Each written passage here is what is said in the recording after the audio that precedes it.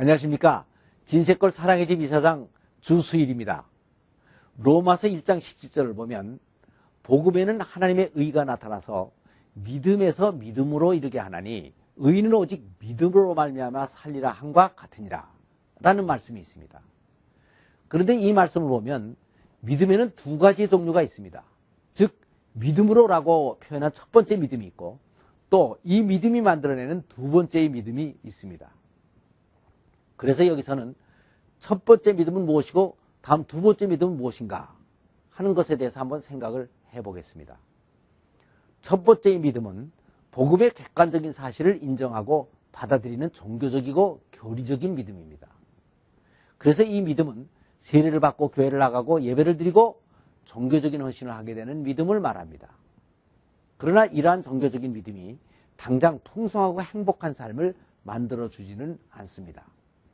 그래서 완전한 구원을 이루기 위해서는 또 다른 믿음이 필요한데 그것은 구체적인 생활 속에서 하나님의 뜻이 내 생각과는 다르더라도 하나님의 뜻에 순종하면서 살아가는 생활화의 믿음입니다. 그런데 이 두 가지 믿음은 이스라엘 사람들의 출애굽하는 과정에서 아주 잘 설명되고 있습니다. 이스라엘 사람들이 출애굽을 한 목적은 애굽을 떠나는 것만이 아니고 가나안 땅에 들어가는 것이었습니다. 그런데도 불구하고 출애굽을 한 모든 사람들 가운데 살아서 가나안 땅에 들어간 사람은 여호수아와 갈렙 두 사람뿐이었습니다. 그런데 이스라엘 사람들이 가나안에 들어가지 못한 이유에 대해서 민수기 14장 11절은 이렇게 설명하고 있습니다.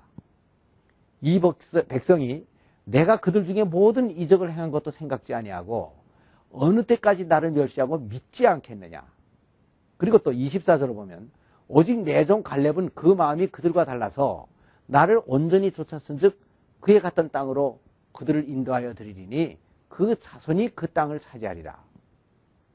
그러니까 그들이 가나안 땅에 들어가지 못한 이유는 믿지 않았기 때문이었습니다. 그러면 이스라엘 사람들이 하나님을 믿지 않았습니까? 아닙니다. 그들도 하나님을 믿었습니다. 믿었기 때문에 양을 잡고 문설주에 피를 바르고 식구들을 데리고 애굽을 떠나왔던 것입니다. 그런데 하나님께서는 그들은 믿지 아니하는 고로 가나안 땅에 들어가지 못한다고 하셨습니다. 그렇다면 여기서 믿지 않았다는 것은 무엇을 믿지 않았다는 것입니까? 그리고 그들의 믿음이 여호수아와 갈렙이 가졌던 믿음과 또 어떻게 다른 것이었습니까? 여기에서 이 문제에 대해서 한번 다시 생각을 해보겠습니다. 이스라엘 백성들이 가지고 있었던 믿음은 종교적인 믿음이었습니다. 오늘날로 말하자면 하나님은 살아계신다. 우리는 죄를 졌다.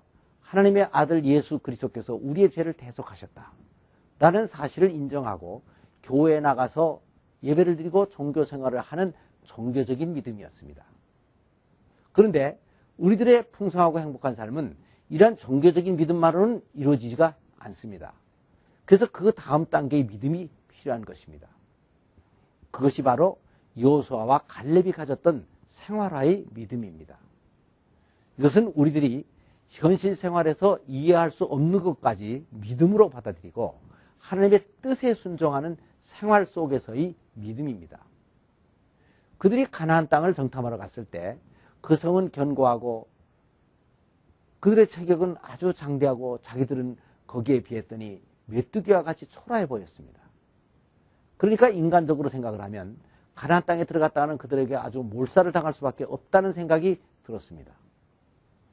그래서 그들은 하나님께서 자기들을 가나안 땅에 들여보내 주시겠다고 약속하신 말씀을 다 잊어버리고 애굽으로 돌아가자고 했던 것입니다. 즉 구체적인 생활 속에서 하나님의 말씀을 따르고 거기에 자기 인생을 거는 그런 생활화의 믿음이 없었던 것입니다. 하나님께서는 그때까지 이스라엘 사람들에게 많은 능력을 보여주셨습니다. 10가지 재앙으로 그들을 출애굽시켰고 반석에서 물을 내게 했고 만나와 메추라기를 보내주셨고 불과 구름 기둥으로 인도를 해주셨습니다.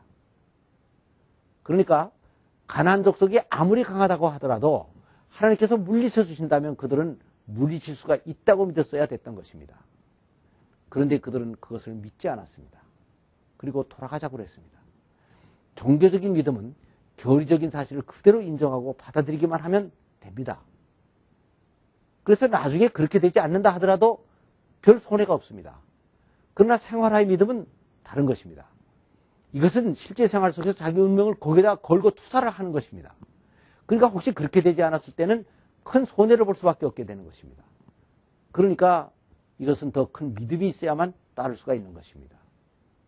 성경에 보면 많은 역설적인 진리들이 있습니다. 섬기면 지도자가 되고, 죽으면 살고, 나누면 부해지고, 지면 이긴다는 것들입니다. 그런데 이런 말들은 실제 생활 속에서는 그대로 적용하기가 아주 힘이 듭니다. 그래서 그대로 따르기가 힘듭니다. 저는 결혼 초기에 혹 어쩌다가 부부싸움을 나더라도 아내에게 지지를 않고 끝까지 따지고 아내를 굴복시켰습니다. 처음에 얼마 동안은 아내가 계속 굴복을 당해서 잘못했다고 사과를 했습니다. 그런데 이것이 몇 년째 계속이 되다가 보니까 아내가 좀 억울했던 모양입니다. 그래서 한 번은 그날도 부부싸움을 하다가 이건 이렇고 저건 저렇고 하니까 당신이 사과해 하고 몰아쳤습니다. 그랬더니 알았어요. 내가 잘못했어요. 라고 사과를 하면서 그 뒤에 한마디를 덧붙이는 것이었습니다. 어휴, 무슨 남자가 그렇게 쫌새같이 따지기는 잘 따지고, 아이고 내 팔자야, 내가 시집을 잘못 왔지 뭐 하고 나에 대한 존경심을 버리는 것이었습니다. 그래서 그 뒤에는 내가 무엇을 하자고 해도 잘해봐요, 이 쫌새 같은 양반아 하면서 따라오지를 않았습니다. 그러니까 제가 가장으로서의 리더십을 잃어버리게 됐던 것입니다. 그래서 그 다음부터는 이게 안 되겠구나 해서 아내에게 져주기로 굳게 마음을 먹었습니다. 그래서 아내와의 싸움이 날 때마다 계속 여보 미안해, 내가 잘못했어 라고 사과를 했습니다.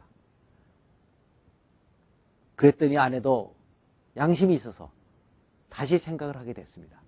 그동안 자기가 진짜 잘못한 것들이 사실은 몇 번 있었는데 내가 계속 잘못했다고 하니까 이가 진짜 잘못해서 그 잘못했다고 하는 것이 아니고 싸움을 끝내려고 화해 제스처를 하는 것이었구나 하고 생각을 하면서 역시 남자가 여자보다는 스케일이 크다 라고 생각을 하면서 나에 대한 존경심을 가지게 됐습니다. 그러니까 그 다음부터는 내 말을 잘 따라와 줬습니다. 그래서 나의 가장으로서 이 리더십을 세울 수가 있었습니다. 이것이 바로 두 번째의 생활화의 믿음으로 풍성한 삶을 맛보게 된 예인 것입니다. 이때 내가 만일 성경의 진리를 믿지 않고 계속 아내를 이기려고만 했더라면 어떻게 됐겠습니까? 하나님께서 마련해 주신 풍성한 행복은 맛볼 수가 없었을 것입니다. 그래서 우리들의 풍성하고도 행복한 삶은 이 두 번째 생활화의 믿음으로 이루어지는 것입니다. 그래서 의인은 위에 두 가지의 믿음, 즉 종교적인 믿음과 생활화의 믿음으로 살아야 되는 것입니다. 감사합니다.